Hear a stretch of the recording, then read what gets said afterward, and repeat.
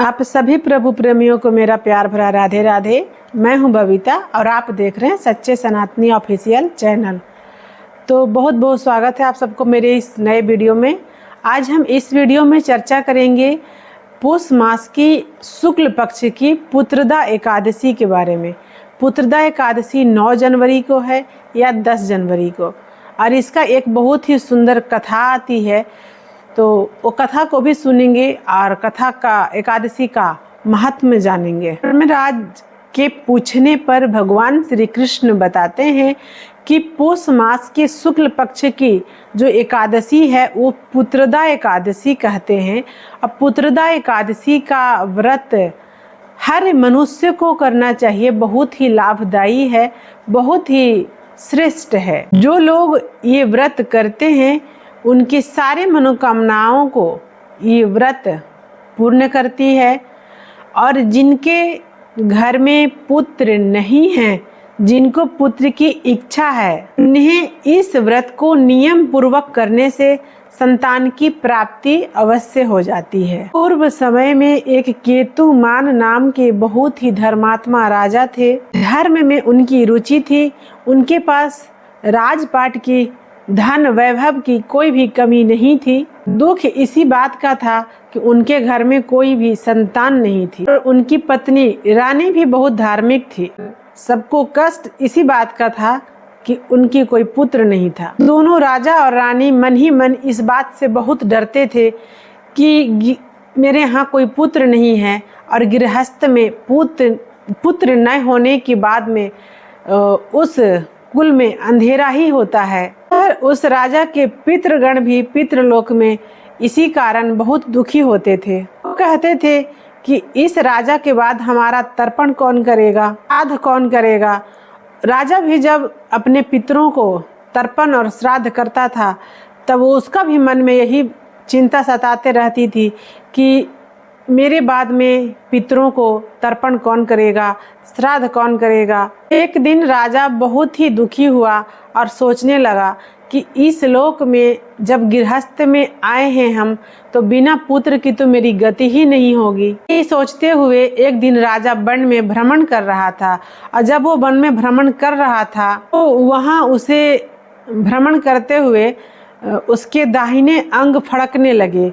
देखिए, यहाँ दाहिना अंग फड़कने का मतलब है कि अगर पुरुष का दाहिना अंग फड़के तो वो शुभ माना गया है, और महिला का बायां अंग फड़के तो वो शुभ माना गया है, और इसका उल्टा है तो अशुभ माना गया है। अगर कोई पुरुष का बायां अंग फड़कता है तो वो अशुभ का संकेत होता है। अगर कोई स्त्री का दाहिना अंग फड़कता है तो शुभ का प्रतीक माना जाता है।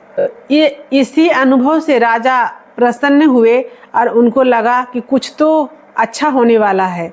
और यही सोचते हुए जब राजा भ्रमण करते हुए आगे गए तो उन्हें एक सरोवर मिला। वो सरोवर में कुछ ऋषिगण स्नान करते हुए दिखाई दिए। तो उन ऋषियों को राजा ने साष्टांग दंडवत किया। तो उन्होंने पूछा कि आप कौन हैं। तो उन ऋषियों ने उत्तर दिया कि हम ऋषिगण हैं, और आज पुत्रदा एकादशी है तो इसलिए हम लोग सब इस सरोवर में स्नान करने के लिए आए हैं। राजन, तुम कौन हो? बताओ, तुम दुखी सा लग रहे हो, तुम इतना दुखी क्यों हो? तेरा ये दुख का कारण क्या है? तो राजा बोलने लगा कि महाराज, मैं इसी कारण दुखी हूँ कि मेरा कोई संतान नहीं है, मेरा कोई पुत्र नहीं है, और इसी कारण से मेरे पितृगण भी दुखी रहते हैं। वो लोग भी रोते हैं कि हमारे बाद हमारे पितरों को तर्पण कौन करेगा, और फिर ये गृहस्थ में हैं तो बिना पुत्र की तो कोई गति ही नहीं होगी। तो पुत्र होना भी जरूरी है, और मेरा कोई पुत्र नहीं है, इसी कारण मैं दुखी हूँ, और इसी कारण मुझे कुछ भी अच्छा नहीं लगता। ये सब राजपाट, धन दौलत, वैभव कुछ भी अच्छा नहीं लगता। बस एक ही चीज हमेशा चिंता रहता है कि पितरों का तर्पण कौन करेगा, हमारा श्राद्ध कौन करेगा, हमारे बाद कुल का क्या होगा। तो ऋषियों ने कृपा करके केतुमान राजा से कहा कि पुत्र, तुम दुखी मत हो, आज पुत्रदा एकादशी है, तुम इस व्रत का पालन करो और तुम इस व्रत को इसी संकल्प के साथ करोगे कि मुझे पुत्र की प्राप्ति हो जाए। तो ये पुत्रदा एकादशी कोई साधारण व्रत नहीं है। इसको अगर तुम नियम पूर्वक करोगे तो तुम्हें पुत्र की प्राप्ति अवश्य ही हो जाएगी।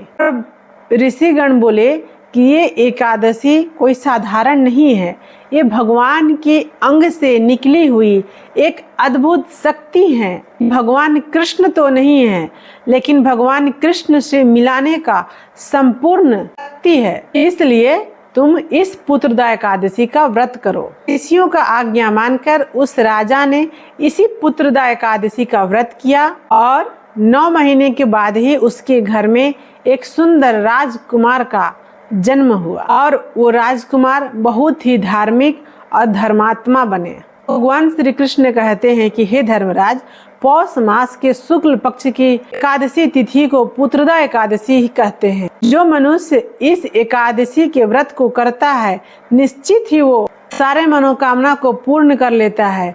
उसके मन में जो भी मनोरथ होती है वो तो पूर्ण होता ही है। और साथ में कोई गृहस्थी अगर पुत्र के बिना है, उनको पुत्र चाहिए, जिनके मन में पुत्र की इच्छा है, उन्हें विशेष ध्यान और नियम पालन के साथ इस व्रत को करना चाहिए, तो उन्हें पुत्र की प्राप्ति अवश्य हो जाती है। एक और बात, अब ये मन में प्रश्न आ रही है कि 9 जनवरी को या 10 जनवरी को कब है ये पुत्रदा एकादशी? तो एकादशी तो 9 जनवरी को ही प्रारंभ हो रही है, पर हम 10 जनवरी को व्रत करने वाले हैं, क्योंकि उदया तिथि के अनुसार वैष्णव एकादशी जो है उदया तिथि में ही रखी जाती है।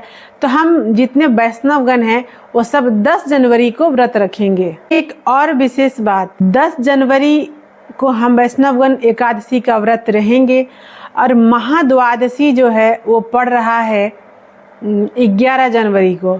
तो हमारा निम्बार्क संप्रदाय में महाद्वादशी का व्रत को बहुत ही विशेष बताया गया है, बहुत ही बड़ा उसका विशेषता बताया हुआ है।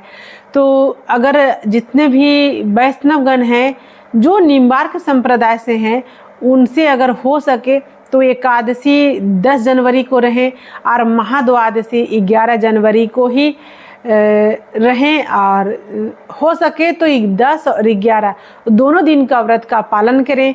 इससे भगवान की भक्ति, भगवान की प्राप्ति अति शीघ्र हो जाएगी।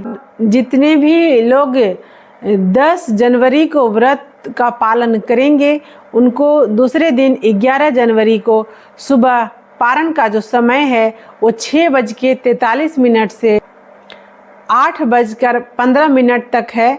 इसी बीच में वो पारायण कर लेंगे। तो भगवान से हम प्रार्थना करते हैं कि आपके लिए इस एकादशी का व्रत मंगलमय हो और जिनके पुत्र हैं उन्हें भगवान खुद को प्राप्त हो जाएं, और जिनके पुत्र नहीं हैं उनको इस व्रत के करने के बाद पुत्र की प्राप्ति हो जाए।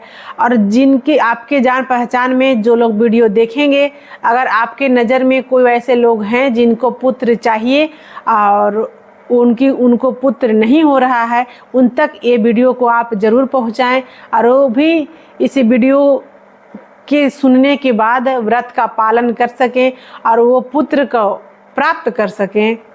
जय श्री राधे राधे राधे। मिलते हैं फिर अगले वीडियो में। अगर ये जानकारी अच्छी लगे, वीडियो अच्छी लगे, तो आप लोग लाइक ज़रूर किया कीजिएगा। कोई प्रश्न हो तो कमेंट के द्वारा पूछ सकते हैं, और अगर सब कुछ अच्छा लगे तो सब्सक्राइब ज़रूर कीजिएगा। राधे राधे।